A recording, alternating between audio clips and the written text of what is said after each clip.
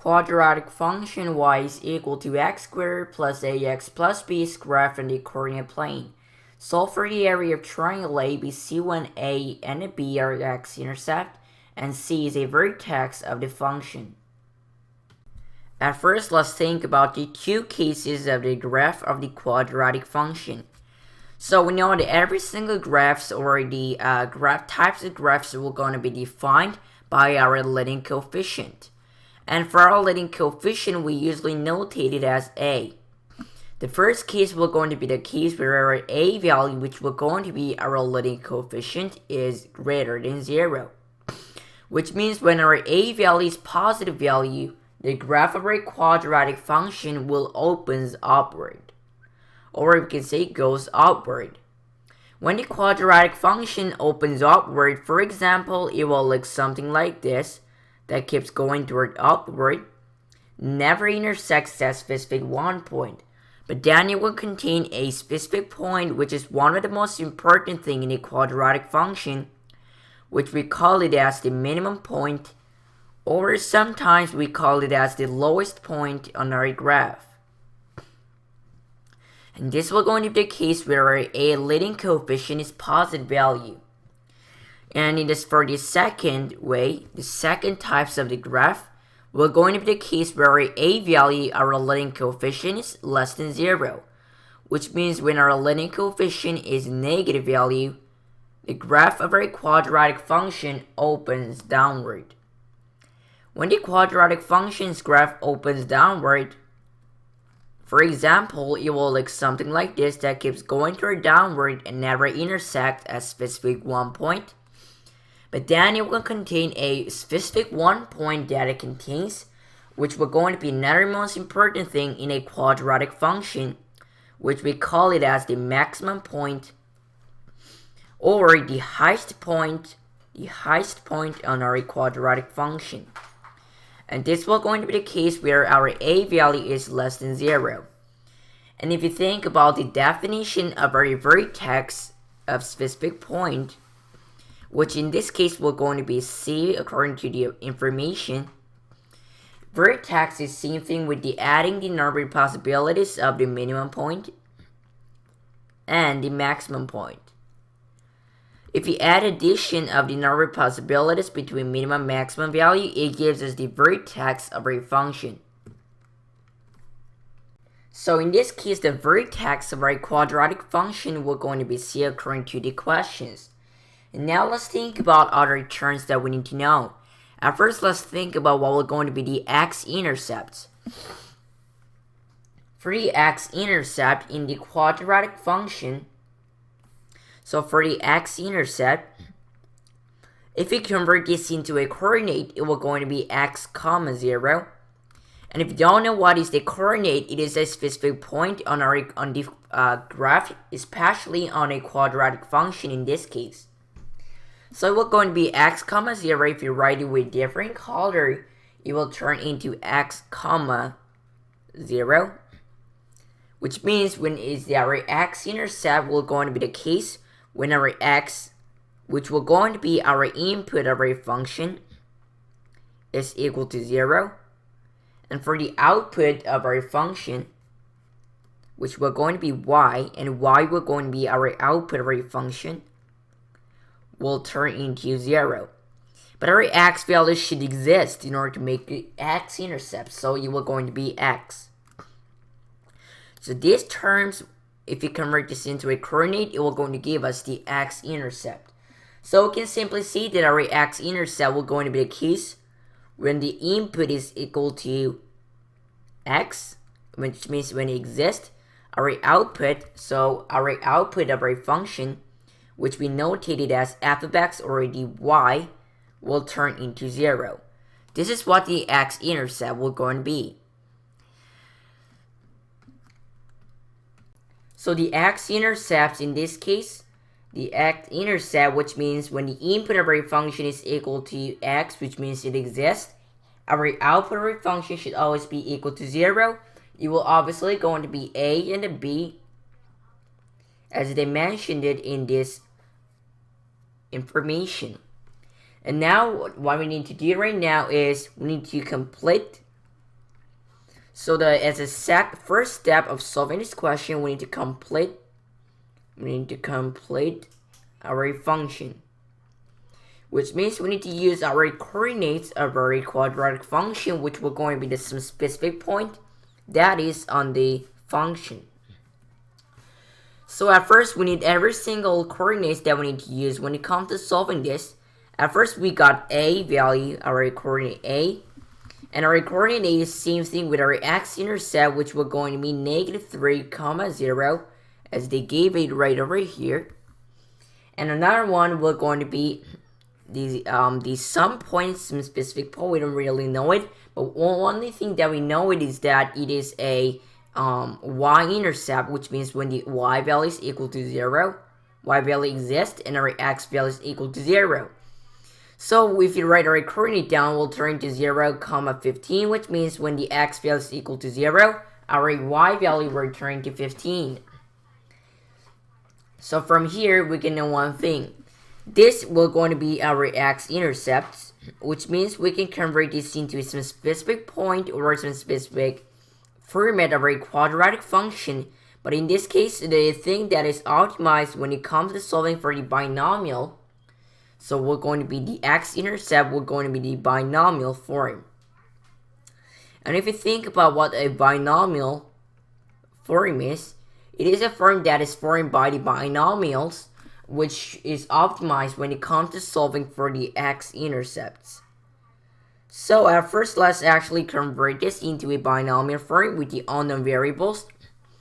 If you set our b point, which will going to be our x-intercepts, as the b, 0, where the x value is equal to b and our y value is equal to 0. Our binomial form, according to its property, there will obviously going to be two nomials where it makes the binomial form.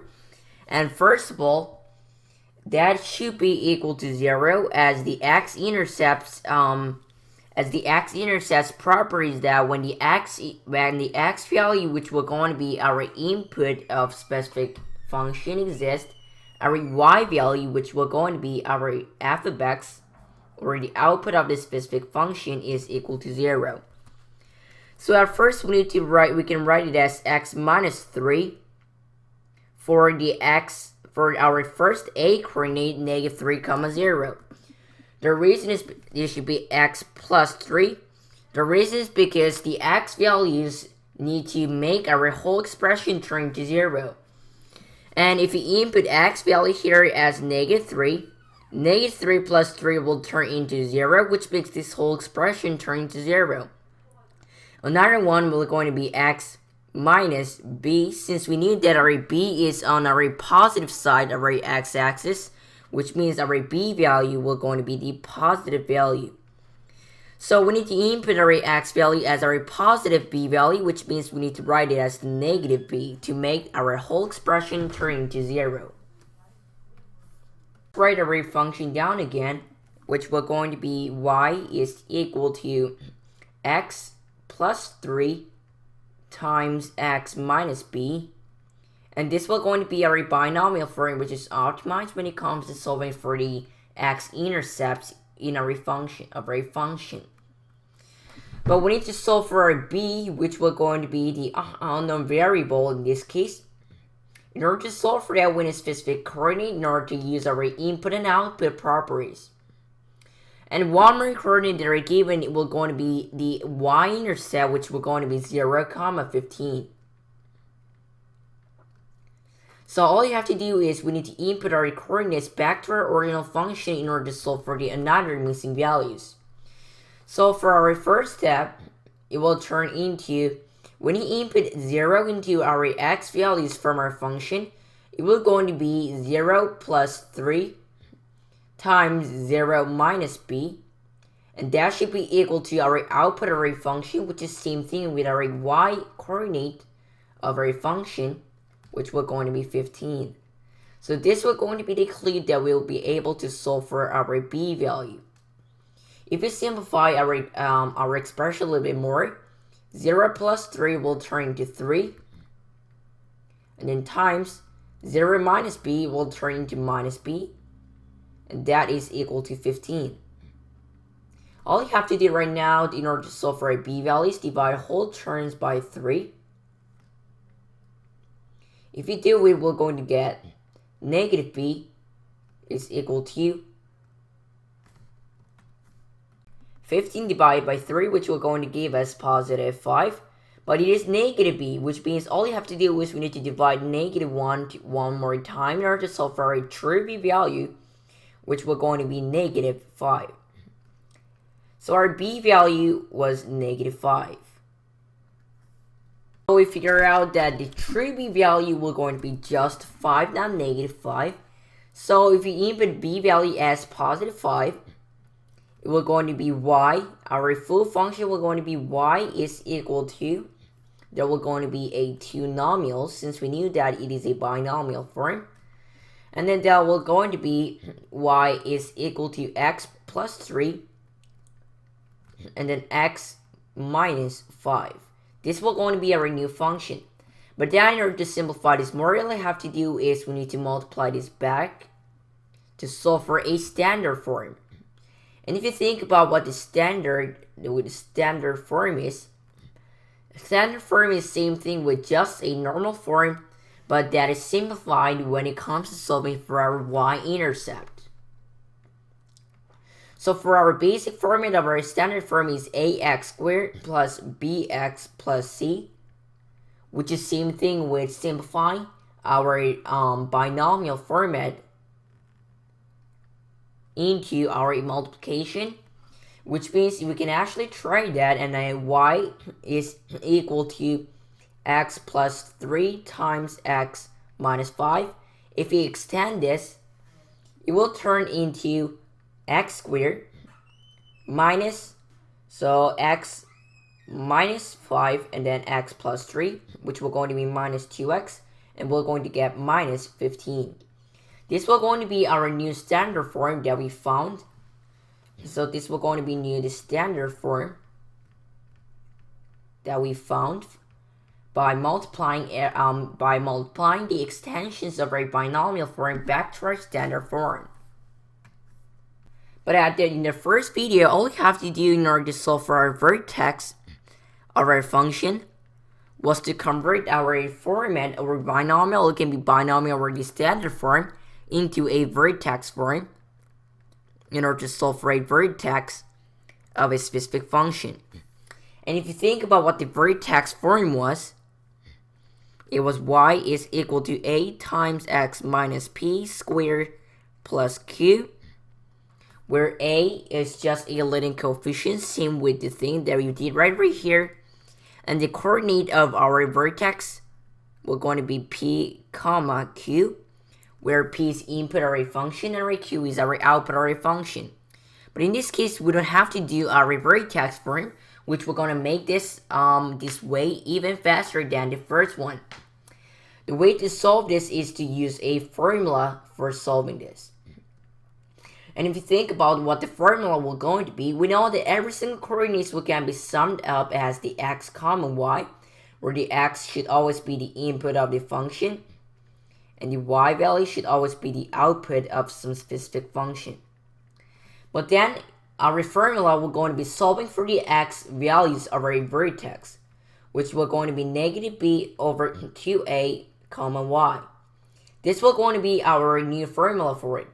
There is a formula for our y value, but the reason why we are not solving for it is that we know that y is our output of a function, which means if we know the input of a function, which we're going to be, we are using our formula, negative b over 2a will be able to solve for our output if we input that back.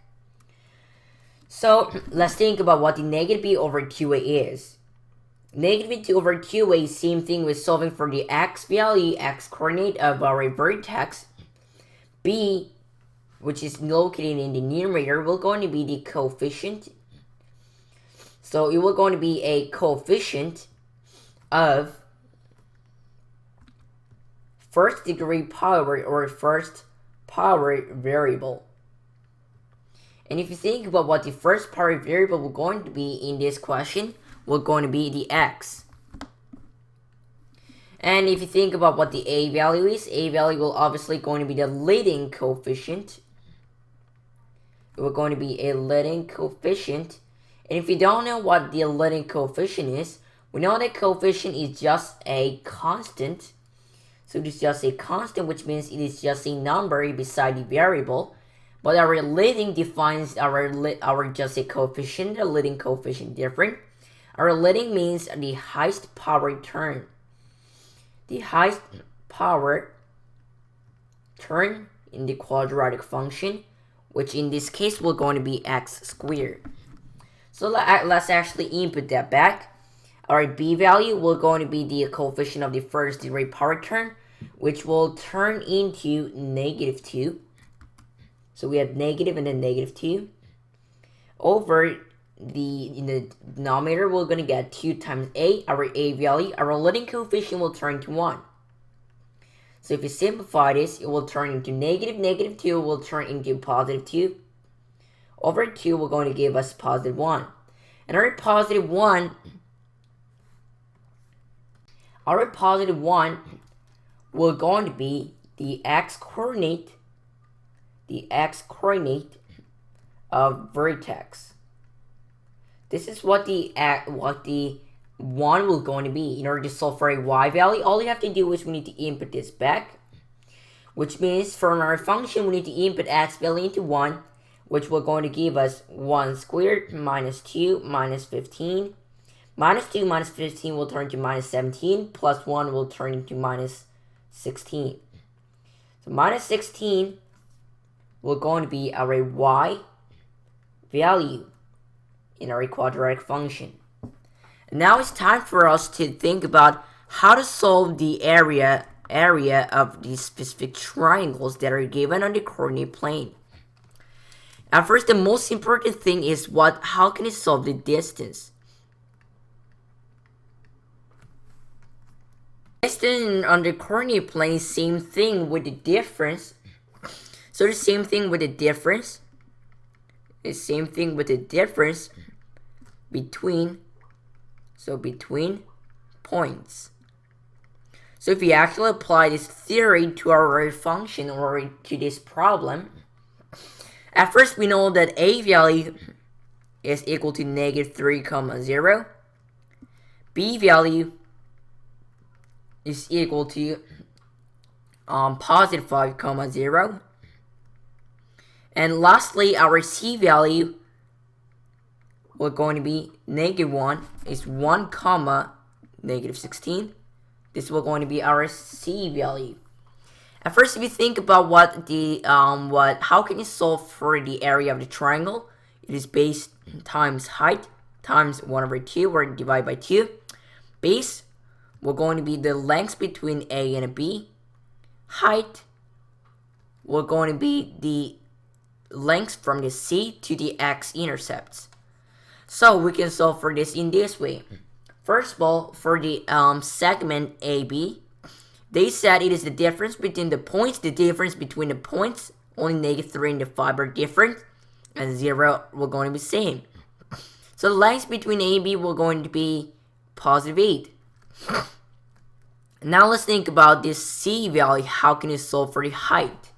So if you think about how to solve for the height in the c value, the only thing that is different will going to be our y value, which means from here it will going to be something, 0.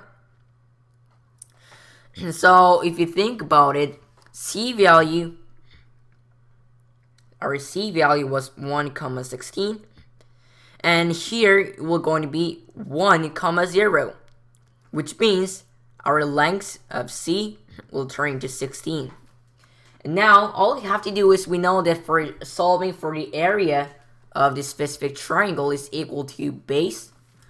So it's equal to base times height times 1/2, where base is equal to 8 times where height is equal to 16 times 1/2, which will turn into 64. So our answer of this question will turn to 64. And if you need to review what we did here, first of all, we talked about 2 different kinds of quadratic functions types, which were going to be defined by our leading coefficient a, and we thought about what the vertex definition was going to be. And then we talked about x-intercept and the y-intercept, and the most important thing is that we had to complete our function completely in order to solve or approach our question. So we found each values of our coordinates, and finally we got to the standard form, but then the only thing that made this question faster than before was using our formula. And our formula was solving for the x-coordinate in our quadratic functions coordinate or vertex coordinate, and it was negative b over 2a, where the b value is the coefficient of the first power variable and the a value will going to be the leading coefficient, and the output of our function will obviously going to be y. We input it and then we got the 1 comma negative 16. So we thought about how to solve for the area of a triangle. It was base times height times 1 over 2. Another most important thing was that for the distance on the coordinate plane, it should always be the difference between some specific coordinates or some points. So with this property, we solve for our area of triangle, which turned into 64 eventually.